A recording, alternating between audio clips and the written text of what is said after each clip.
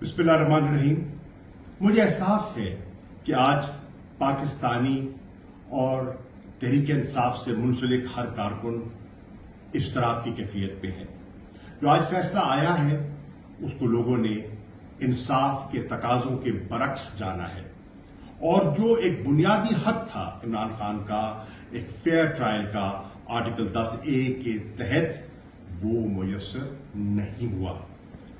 मुझे इश्तराक की कैफियत का इल्म है और हमने सबने मिलकर उनकी आजादी के लिए अपनी जद्दोजहद जारी रखनी है। कानूनी जंग भी लड़नी है और सियासी जद्दोजहद भी करनी है।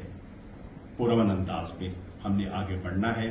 इमरान खान साहब की वाज़ेह हिदायत हैं, उन हिदायत को, उन गाइडलाइंस को सामने रखते हुए हमने आगे बढ़ना है।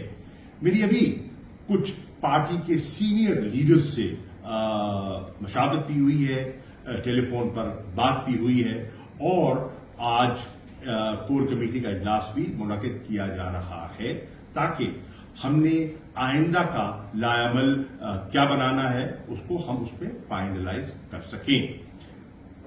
कुदरती बात है कि एक फितरी रद्दअमल है लोगों में, एक इज़्तिराब है, एक गम गुस्सा भी है, और मुख्तलिफ जगह पर लोग अपना इमरान खान के साथ यकजहती का इजहार भी करना चाहते हैं और अपना पुरअमन एहतजाज भी रिकॉर्ड कराना चाहते हैं। वो आपका आईनी कानूनी हक है, कोई आपको सलब नहीं कर सकता। पुरअमन रहते हुए आप अपना हक इस्तेमाल कर सकते हैं।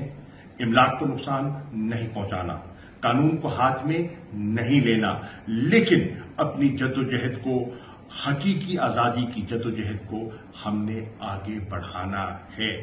इसके लिए एक मशावरती इजलास आज ही बुलाया जाएगा जिसमें हमारे वकला भी होंगे और कोर कमेटी के दीगर हजरात भी होंगे। हम उनसे मशावरत करके आगे बढ़ना चाहेंगे।